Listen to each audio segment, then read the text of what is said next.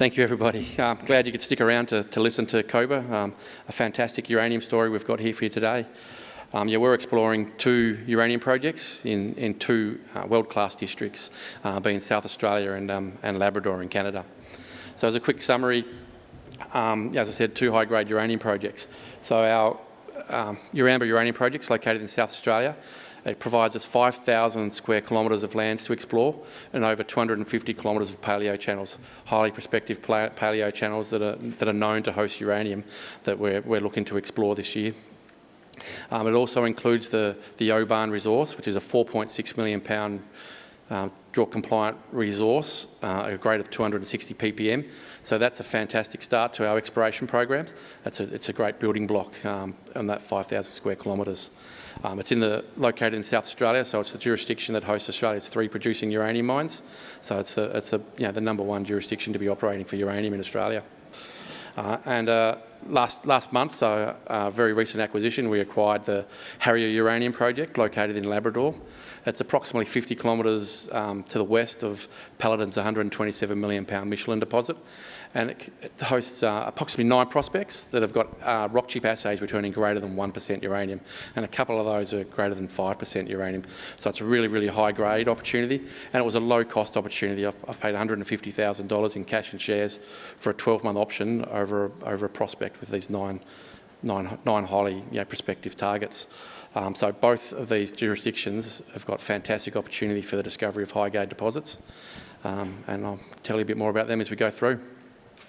So Koba's currently well funded. We've got $5.5 million in the bank, and that's going to give us a lot of power to go out and really hit the Uramba project pretty hard. Drilling's upcoming in June, and I'll tell you a bit more about that as we progress. But we're well funded to continue exploration. So the Uramba project is located in a world-class district. There's 2 producing ISR operations in the region, being the Beverley operation. The Beverley operation has a 165 million pound resource at over 2,700 ppm. It's been continuously producing for 20 years and produced 40 million pounds of uranium. So it's a fantastic place to be. Beverley had continued success. They've just continued to make new discoveries. As we can see here, the Beverley operation was a start, and then there was 4 Mile, and then another 4 Mile and another 4 Mile. There's just continuous exploration success in these paleo channels in South Australia.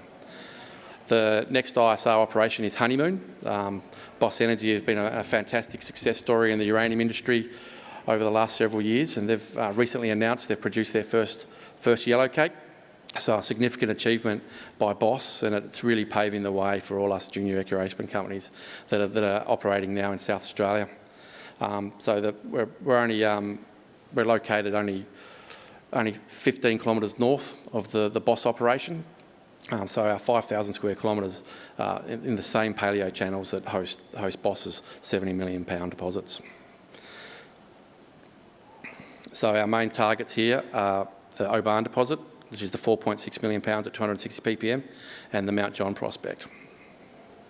So the Oban deposit, as our reviews continue at Oban, we've been able to locate a consistent high grade, and our target here is to define high grade mineralisation that is potentially economic. And the resource that was previously calculated hasn't really factored in the high grade. They used a low cut-off and didn't really understand the mechanisms of the uranium mineralisation. And the work we're doing now to redefine the geological model has allowed us to plan drilling programs that will test these high grade trends that we're identifying that are more of an east-west orientation as opposed to the previously interpreted north-south orientation. And the current upcoming drill program will test these high-grade extensions, and we're optimistic that we're going to be able to find significant high-grade core to this deposit and then follow that high-grade core to expand it beyond the existing mineralisation. The significant intercepts such as 7.5 metres at 831, these are economic intercepts, and that hole in particular doesn't have a single hole within 80 metres of it, and these things are required to be drilled out in very, very close spacing. And further, since this resource was calculated, there's been 170 additional holes completed by the previous operator, and many of them are very high grade. And that's delineated by this drilling section. It shows that the continuous high grade is quite well connected and it can continue. So some of the mineralisation that we're seeing here 2.15 metres at 2,200 ppm. That's a hole that was drilled post the calculation of the uranium resource. And in fact, 7 of the 10 holes on this drill intersection were drilled post calculation of the resource, as the previous operator were having success identifying the high grade, and that's where we want to continue. So the other prospect we really like is the Mount John prospect. It's located 4 kilometres north of Boss Energy's Jason deposit. Now the Jason deposit is 10.7 million pounds at 790 ppm. It's currently not included in Boss Energy's mine plan, but it's only about 14 kilometres to the north. So Boss Energy are looking to make this a satellite operation, and so far their preliminary work indicates that mineralisation from here is potentially pipeable to their plant at Honeymoon. So our property is just 4 kilometres north of the Jason deposit, and this image here shows the paleo channel extending onto our property. It's been drilled previously, but scale can really get you on this project. This prospect is 20 kilometres from one side to the other, and some of these drill holes you can see, sorry, is there a pointer on here? This one. So these drill holes through here, the section across they're actually 800 metre spaced drill holes. So there's significant potential to make further discoveries in this paleo channel that further to the south holds 50 million pounds of uranium, being the Boss deposits and also Marmota's saffron deposit. So this area has fantastic potential to make significant discoveries of uranium mineralisation. And it's part of our plans for our upcoming drill program, which will start in June, is to hit this one pretty hard as well. So I'm an exploration geologist by trade. I've spent 20 years as an exploration geologist. I spent 10 years in uranium. And what I really like is exploration potential. We've got some resources and some walk-up targets at both Oban and Mount John, but what I really like is the potential to make discoveries that are currently unknown. So, and some of the prospects that exist on our property, pointer, up in this part of the project, have had very limited exploration. So a lot of them were discovered in the 1970s and maybe had a bit of work in the early 2000s. But they haven't had the amount of follow-up that is required to discover a deposit. We've had some pretty interesting results in this area. So, 230 ppm, 180 ppm, they're all sniffs, proof of concept that these 250 kilometres of paleo channels that are in the Uramba project are actually potentially endowed with uranium mineralisation. So 5,000 square kilometres is a geologist's dream to be out there to make potential discoveries out here.